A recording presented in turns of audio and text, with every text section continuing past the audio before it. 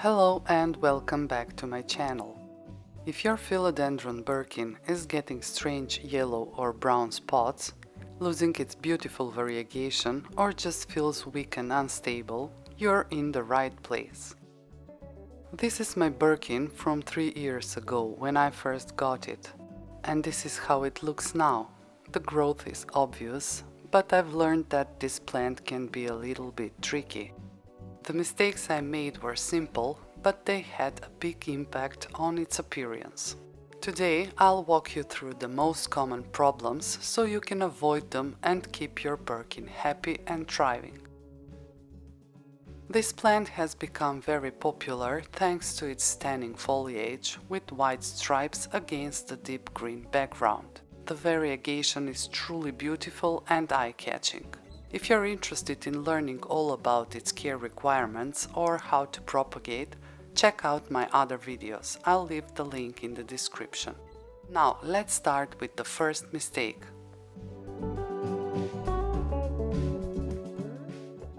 The first and probably most common problem with Philodendron Birkin, and actually with a lot of philodendrons, is when you notice a small yellow or brown spots on the leaves. It can be very frustrating because those spots ruin the perfect look of the foliage.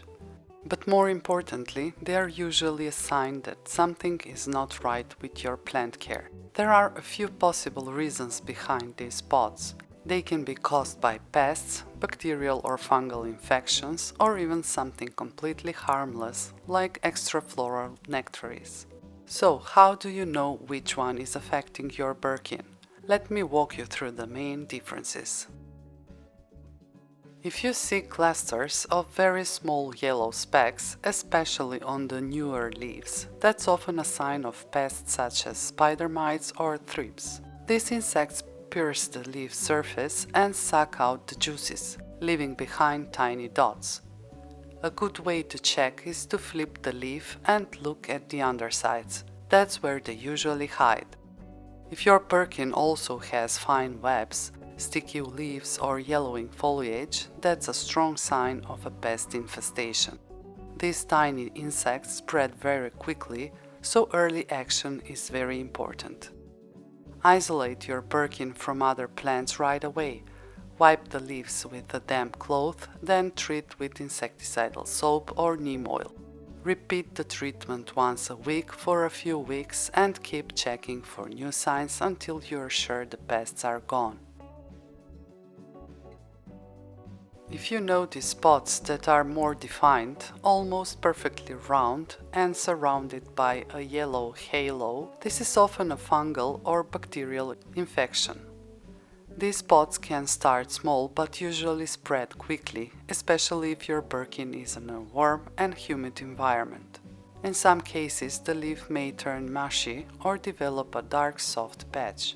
These infections usually happen when the leaves stay wet for too long, for example from frequent misting, poor airflow, or water splashing on the leaves when you water the soil. Remove and throw away the most affected leaves so the infection doesn't spread further. Then improve air circulation around the plant. Even a small fan in the room can help. Always water at the base of the plant and keep the leaves dry. If the spots keep appearing, you can use a copper-based fungicide spray as a last option. Not every spot on Birkin leaf means something is wrong. In fact, there are two completely harmless conditions that often confuse plant owners: extrafloral nectaries and necrotic flaking syndrome, also known as NFS.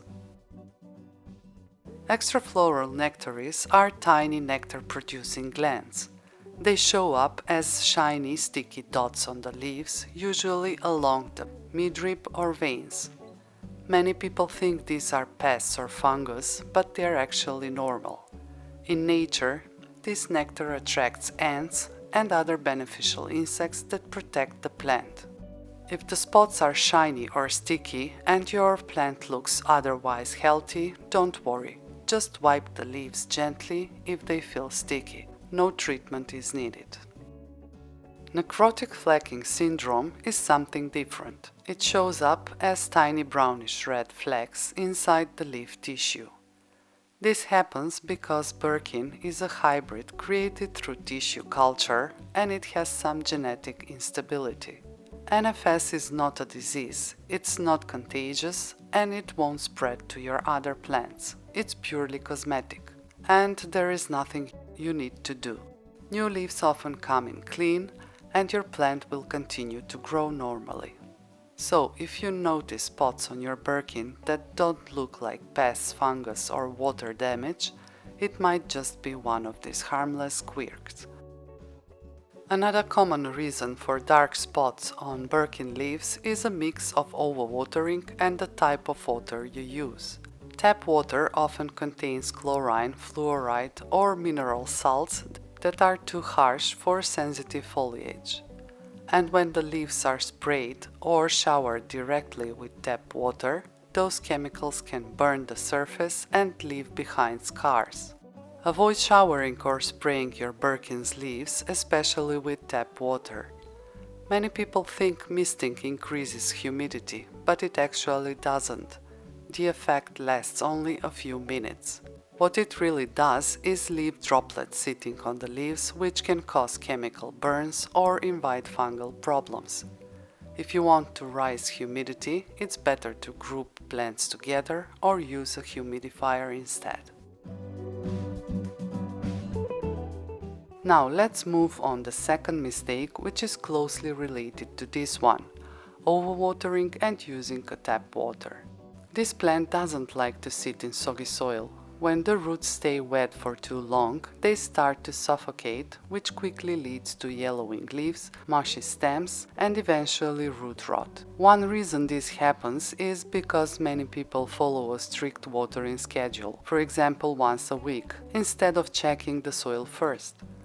Water needs change with the seasons, the size of the pot, and the environment it's in. Always check the soil before you water. Stick your finger about an inch or two into the pot, and if it feels dry, go ahead and water. If it's still damp, wait a few more days. It's always safer to underwater than overwater, because a thirsty Birkin will bounce back much easier than one suffering from root rot.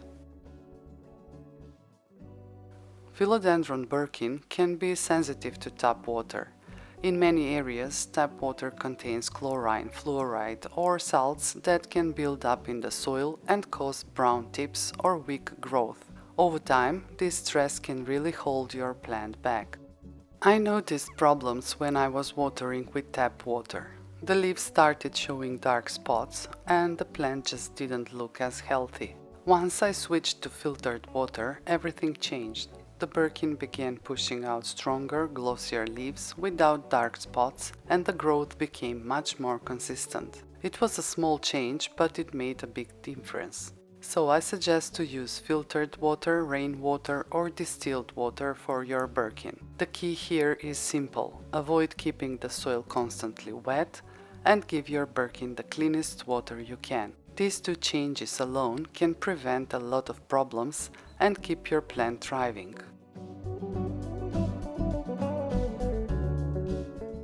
One of the biggest surprises with Philodendron Birkin is when it starts losing its variegation.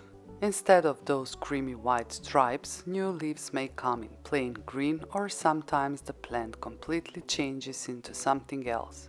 This is called reverting, and it can be confusing when it happens.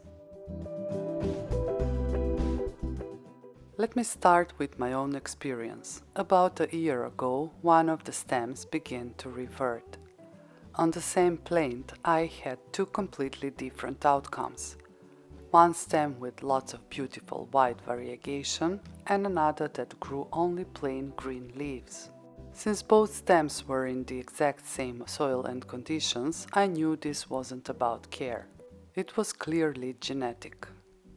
I decided not to cut the green stem, just to see what would happen.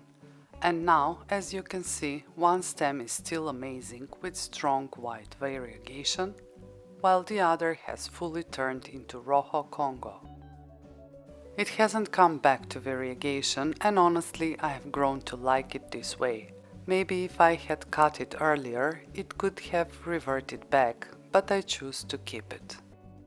And this isn't the only example. 2 years ago I made a video about propagating Birkin and ended up with 3 new plants. One of them was very small and didn't survive. The second grew into big, beautiful variegated. And the third one, it never had any variegation at all. It was a Congo right from the start. So the point is simple. With Birkin anything can happen. You can get bright white striping, plain green leaves, or even a completely different looking plant.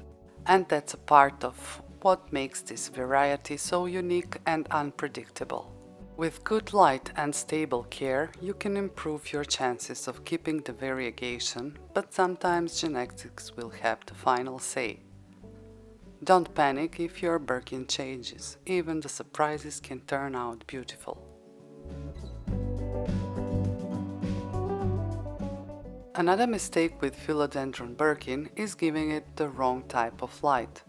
This plant loves bright, indirect light. If it doesn't get enough, the leaves often grow smaller and weaker, or the stem starts stretching and growing longer as the plant tries to reach for more light. If you notice these signs, it's time to move your Birkin to a brighter spot.